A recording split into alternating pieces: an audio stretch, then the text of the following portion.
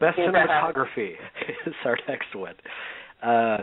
Skyfall, Anna Karenina, Django Unchained. Oh, God bless Robert Richardson. Thank you. Life of Pi and Lincoln. Jerry, what do you think here? You have 4 excellent cinematographers. I'm not that familiar with Seamus McGarvey. I think, don't get me wrong, Anna's a beautiful film, but I love Claudia Miranda. It's a beautiful film. Lincoln, it's standard Kaminsky, Spielberg thing. This is between Deakins and Richardson as far as I'm concerned. Skyfall is the most beautiful James Bond film ever filmed. Django Unchained is the ultimately most beautiful Tarantino film ever made.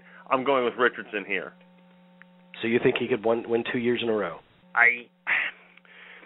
Dude, it's a I'd love if he did. I mean, we're crazy about it. Let's put I want him to win.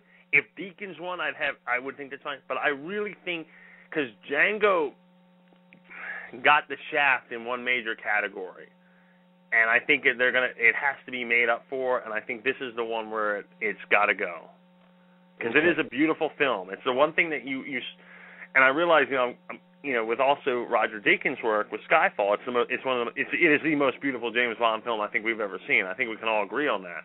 Oh, that Shanghai sequence alone is gorgeously filmed. But there's something about Richardson's work, and I'm not just saying this, Jamie, because it is the greatest interview that we've ever. I think the Robert Richardson interview is the greatest thing we've ever had. I really do think that front and center, but I just think, in all of Tarantino's films, and even more so than Glorious, I just think this is a beautiful film. It's stunningly photographed, and look, I wrote him to compliment him right after I saw it, and he wrote back and said, Tarantino, what he can do on a budget, the kinds of movies that he's able to make, it's amazing. And even, I think of one of the great shots of the year, and it's that blood splatter on the top. And just a shot that says so much. Mm-hmm. But looking at this, I'm thinking Life of Pi obviously is a visual feast. Oh yeah, that's going to win. Don't get me wrong. You think that'll win, Tony? This is the category where I have the most rooting interest. Roger Deakins. This is his 10th nomination, and he has never won. Mm-hmm. In 2008. He ran against himself. He had the assassination of Jesse James by the coward Robert Ford, and he also had No Country for Old Men, which he probably would have won if he didn't have 2 films up. He lost to Elswit for There Will Be Blood.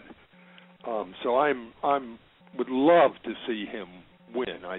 He's the one every year that I strongly. It's his time. And I'm afraid he might be like Peter O'Toole. He gets the Peter O'Toole Award every single year.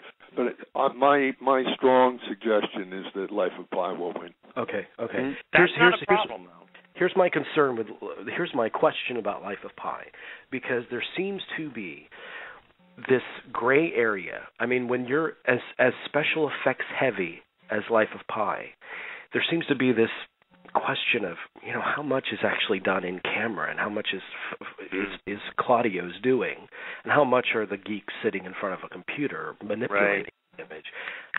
But I agree with you that Life of Pi, without that factor, would be the front runner, because it's an amazing looking movie. Mm-hmm. Maybe we're entering a new world, Jamie.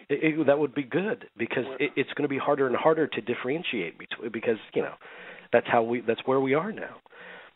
Dean, what do you think? Well, I mean, regarding, color correction, in post and everything, I think I would assume that almost every one of these movies has undergone some color correction in post. So that's just that. I'm talking beyond color correction. Yeah, but I understand, but I get it. But I mean, I know what you're saying with the special effects and all. When you look at so Life of Pi is nominated for 11 Academy Awards. It's they're not going to let it go home empty-handed. I don't think that it's going to be one of these movies that gets nominated for 11 things and doesn't win anything. So I think cinematography and maybe special effects are two of the strongest categories that it has going for it. Uh-huh. I am going with Life of Pi. However, it would not surprise me at all if Roger Deakins gets in for Skyfall, just because it's become an embarrassment now for this branch of the Academy. And Skyfall is a beautiful movie, and it would absolutely deserve the award. Oh, yeah. And Roger Deakins is a master. And so, I'm tentatively going with Life of Pi. But okay. Skyfall as a strong second, sentimental. I'm going with Life of Pi as well.